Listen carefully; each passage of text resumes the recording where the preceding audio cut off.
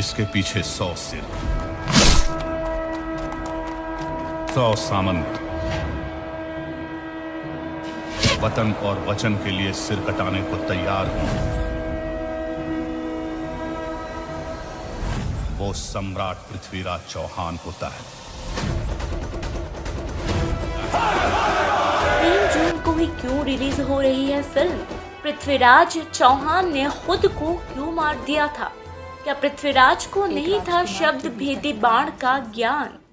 Hello and welcome to Bollygrad studio. 3 जून को Yashraj banner की पहली पीरियड ड्रामा फिल्म आने वाली है, जिसको लेकर काफी बज़ भी है और कई विवाद भी है। आदित्य चोपड़ा ने फिल्म को बनाने में एडी चोटी का जोर लगाया है, लेकिन फिर भी उसकी कहानी को लेकर सवाल उठ रहे हैं। साथ ही क्या आप जानते हैं कि क्यों पृथ्वीराज चौहान फिल्म को 3 जून को ही रिलीज किया जा रहा है? मतलब इस डेट पर ही क्यों?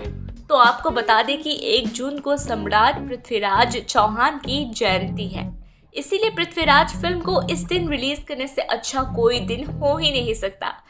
आपको बता दें कि इतिहास में सम्राट पृथ्वीराज की वीर गाथाओं के कई किस्से मशहूर हैं।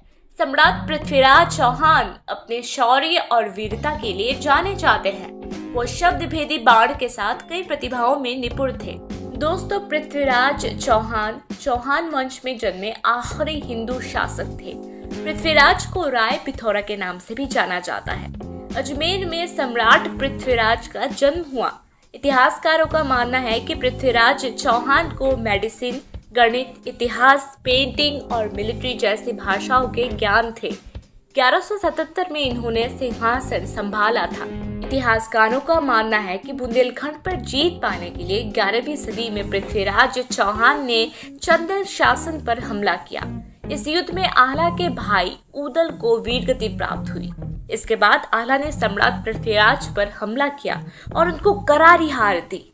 बताया जाता है कि इसके बाद आला मां शारदा की भक्ति में रम गए और उन्होंने संन्यास ले लिया।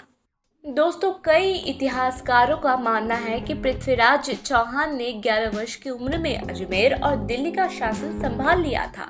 पृथ्वीराज और उनकी रानी समयोगिता का प्रेम आज भी अमर है।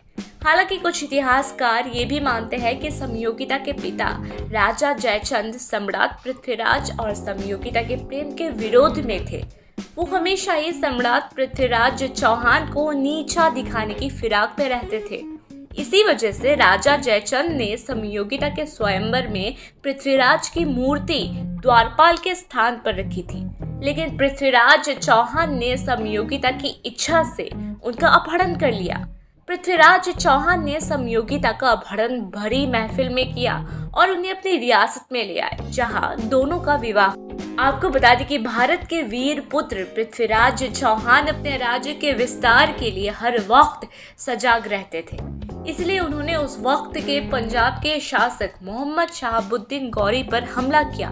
इतिहासकारों का मानना है कि इस युद्ध में पृथ्वीराज चौहान ने सबसे पहले सरहिंद, सरस्वती और हांसी पर अपना अधिकार किया, लेकिन अनिलवाड़ा में उनको विद्रोह का सामना करना पड़ा और उनको उनकी सेना के साथ वापस लौटना पड़ा, और यही वजह है कि उन्होंने सरहिंद का किला खो दिया। पृथ्वीराज रासो के मुताबिक मोहम्मद शहाबुद्दीन गौरी ने पृथ्वीराज चौहान को बंदी बनाकर गजनी ले गए और वहां उन्हें अंधा कर दिया गया। हालांकि इस दौरान पृथ्वीराज चौहान की उनके मित्र चंद बरदाई से मुलाकात हुई। इतिहासकारों का मानना है कि पृथ्वीराज चौहान शब्द भेदी बाण की कला में निपुण थे। जब पृथ्वीराज चौहान और उनके मित्र चंद बरदाई को गौरी के सामने ले जाया गया, तो चंद बरदाई ने ये पंक्तियां कही: 4 बांध 24 गज अंगुल अष्ट प्रमाण, ता ऊपर सुल्तान है मच चुके चौहान। इसके बाद पृथ्वीराज चौहान ने गौरी पर निशाना साधा और गौरी की हत्या कर दी। इस घटना के कुछ ही देर बाद पृथ्वीराज और चंद बरदाई ने एक दूसरे को मार दिया। तो वैसे आपको क्या लगता है कि पृथ्वीराज के साथ क्या हुआ होगा, और आपको इस फिल्म के बारे में क्या कहना है, ये आप हमें कमेंट बॉक्स में बता सकते हैं। वैसे मुझे लगता है कि आज के लिए इतना गॉसिप तो काफी होगा। फिर मिलेंगे बहुत ही जल्दी एक नए वीडियो के साथ। अगर आपको ये वीडियो पसंद आया तो इसे लाइक करें, शेयर करें, साथ ही हमारे चैनल बॉलीग्रैड स्टूडियोज को सब्सक्राइब जरूर करें।